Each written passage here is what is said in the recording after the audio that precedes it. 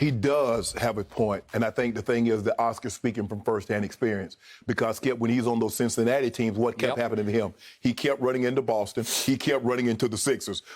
We know what the Boston Celtics had with Russell, Cousy, and the Jones and all those, Tommy Heinsohn, and then Will had all those. For our younger players, younger viewers, once upon a time, Cincinnati had a NBA team called the Royals. The Royals, yes, go they ahead. did. Yes, they did. Yep. And so he's speaking from firsthand experience. He's like, I caught a lot of criticism because I couldn't get Cincinnati past the team that had 8, 9 Hall of Famers, and then I couldn't get past a team that had 3 or 4 Hall of Famers, and then who had the greatest player at the time in Wilt Chamberlain. Yep. And people criticized me, and I was putting up very similar stats to what Russell is doing, or what Russell Westbrook is doing, Skip.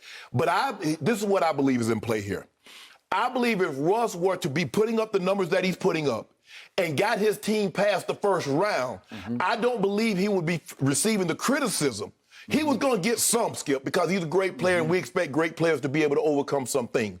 But, Skip, let's not pretend that Russell Westbrook didn't have Kevin Durant for 8 years. Let's not pretend he didn't play with PG for 2 years. Let's not pretend he didn't have James Harden.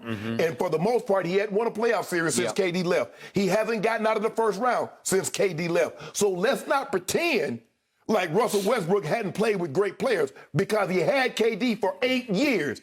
Went to one finals, lost a couple of times in their Western Conference finals.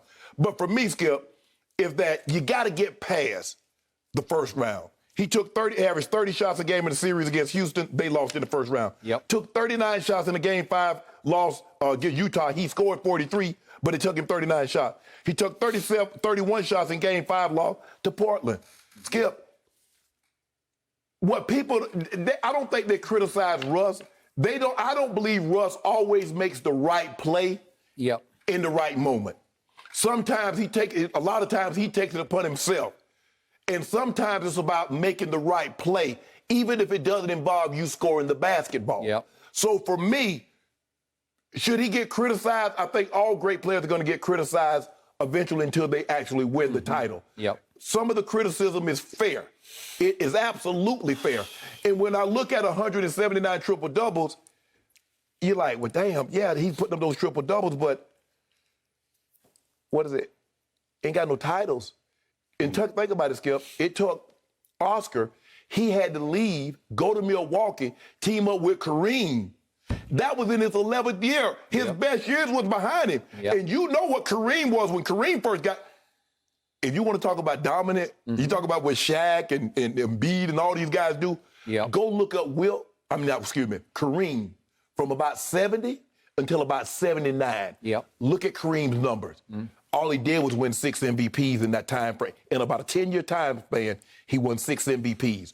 Go look at Kareem. And that's what, and Oscar's saying, yeah, you need management, you need other great players.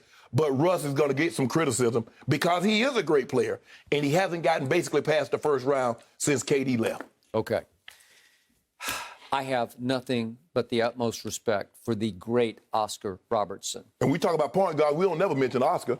Yeah, because he's kind of a point forward. He's kind of somewhere in between at about 6'5", but he was for his era, he was a forward. With a big body. Big body. Strong. Played strong. Did it all. He did. I'm going to say it one more time about Russell Westbrook. Scotty Brooks' coach said the other day that he's now the second best point guard in Scott Brooks' eyes in the history of the game to Magic. And that puts him above Stockton or whoever else, or Jason Kidd or Steve Nash. Isaiah. You can throw them all up in there. I'll go one step farther. Russell Westbrook is simply the most explosive box score point guard we have ever seen. Nobody on all 3 levels can detonate a box score the way this man can. Only Will could, Skip. Nobody at that size. I'm talking about point guard. At his size, nobody can touch him. He can get you 40 points. He can get you 20 rebounds. At least 25 rebounds. And he can get you 25 assists on any given night. Never seen anything like this before. He is averaging the 4th most minutes in the league. He is an all-time warrior and gamer. He will fight you to the death. And he fought Milwaukee at Milwaukee last night to the death. He almost did it. He almost pulled it off. And just in the biggest picture, he is going to average, once again, a triple-double for the season. Yes. He's going to do it again. That's the 4th time in 5 years. Yes. He sacrificed for James last year in Houston, so that's the one time in the last 5 he didn't do this.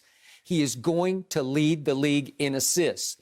That would be for the 3rd time in the last 4 years.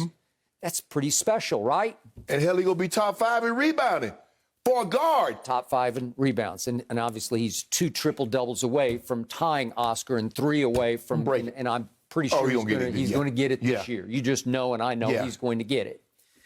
Okay, now for the downside. When we talked about this the other day, I said, I'll give you the box score player. But if I got one game for my life, I don't want Russ as my point guard. Yeah, I'm sorry, I don't. I agree with that. He wouldn't even be in my top 20 one game for my life. Right. I don't want to be too harsh with this, but to me, in the end, the best way I can explain it is he's not a winning basketball player. He's not a natural gifted passer of the basketball. He's bull in china shop. He does it by force and by absolute. He wills assists, but they're not smooth and easy and natural, and they don't always contribute to the bottom line, which is up on the scoreboard. So I'm going to remind everybody, he's leading the league in assists. He's also running away with the turnovers in this league. And you can always say, if you got the ball in your hands. Okay, but he's only 8th in usage rate. So he's not first or second. But he is number 1 by far. He's now 30 turnovers ahead of your man Luka in Dallas. 30. He's 287 to 257. So I admire the warrior in him, but sometimes it's for the wrong reasons, where he's a stat monster in his head. I gotta.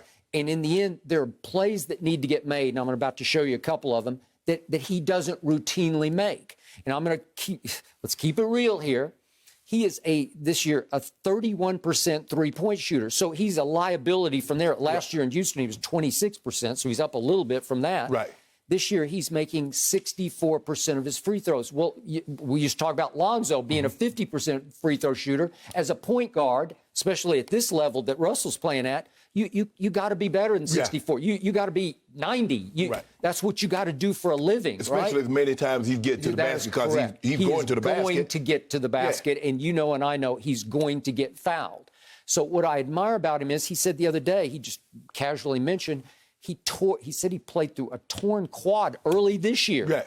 And they fell to 17 and 32 on April 5th, and they've been on a pretty good tear. They're 13 and 4, and they almost pulled that game out last night, but that's since April 5th. So they're now in the 10 seed, the 10 spot, which is barely in the play-in, but they're going to make it. They're going to, and it's going to be fun to watch. And I couldn't stop watching the game last night, because you want to talk about must-see TV. Oh, they're going to scare somebody. Because Bradley Beal can drop 40 on you. Russ can go get you 30 with 20-20. So they're going to scare the hell out of somebody. So Russ plays just about the whole fourth quarter. And guess what he does last night at Milwaukee? I got Giannis in the fourth quarter. And if we could see what he pulled off on Giannis, this was later in the game. What, he got a 6th foul on him? Yeah, he got, I don't think it was his 6th foul, was it? It might have been. When Giannis tried to post him? Yeah. Oh, no, okay. Yeah, this is it, right? Yeah. Look, this is Russell guarding him. And he got the call. Yeah. Okay. Well, he said, I got him. Well, what's Giannis, 6'11"? Yes. And Russ is 6'3". And he's saying, I got him. And he was pretty good on him the whole fourth quarter. He bothered him the whole fourth quarter. That was a 6th foul. They fouled him out. Okay. Yeah. So now we get to the 2 other plays that caught my eye and stuck in my craw. With 4:27 left, the score is tied. And if we could see what Russell does, this is the kind of play this is not a winning play. You just can't do that. You got a chance to take the lead, and you do that. It's out of control basketball. Looked like he got caught in between. I was going to cross him. He did, but you can't do it. If you're going to win the game at Milwaukee, you can't give them the ball like that. You can't allow a whole possession to be lost that quickly. Okay, and then he has a shot from 8 feet away in the lane, and this is for the lead. This is 2:57 left in the game. 2:37, I'm sorry. 2:37, and here's his shot. Huh? What was that?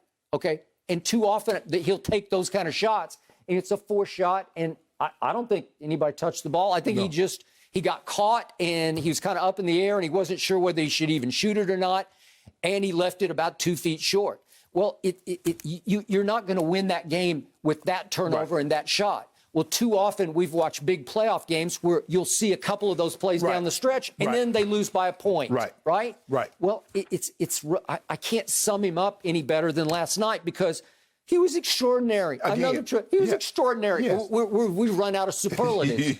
we don't have any more, except you have to remember, poor three-point shooter, poor free throw shooter, leading the league in turnovers, and in PER, he ranks 61st in player efficiency rating. 61st? Because he's not efficient. I mean, you know, he don't, like you said, he doesn't shoot the three well. He turns the ball over. He doesn't shoot from 2-point well. So no, he's not efficient. Okay, so obviously, if we could have teamed him up with the Golden State Warriors going back 4 years ago, like KD did, maybe he'd have a chance to win a ring. I don't know. But again, I'm with you. I don't know either. No, I'm not sure. I don't know if his style, KD style mesh anywhere. Basically, you got to just let him be him.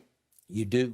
You have to let him be himself. Skip, I said he played 3 years with James Harden. He played 3 years at OKC, 1 year in Houston. So he played 4 total years with Harden. Yes. Skip, like I said, look, this is not a knock, but at the end of the what we've done, Skip, is that if we like someone, if we like them, championships doesn't matter. Okay. If we don't like you, you better get some championships. So I think the thing is, and that's why you see guys started going this place and that place to get that title. Yep. Because I got tired of hearing, well, Michael Jordan got a title, and Larry Bird and Magic Johnson and Kareem and Kobe and Shaq and yada, Tim Duncan, yada, yada, yada. Yep. It's like, okay, I'm going to go shut your mouth up, go get me a title, and then I can be at ease. Yep. KD's at ease now. He go to Brooklyn. KD say, you know what? Y'all want me to go to the Knicks.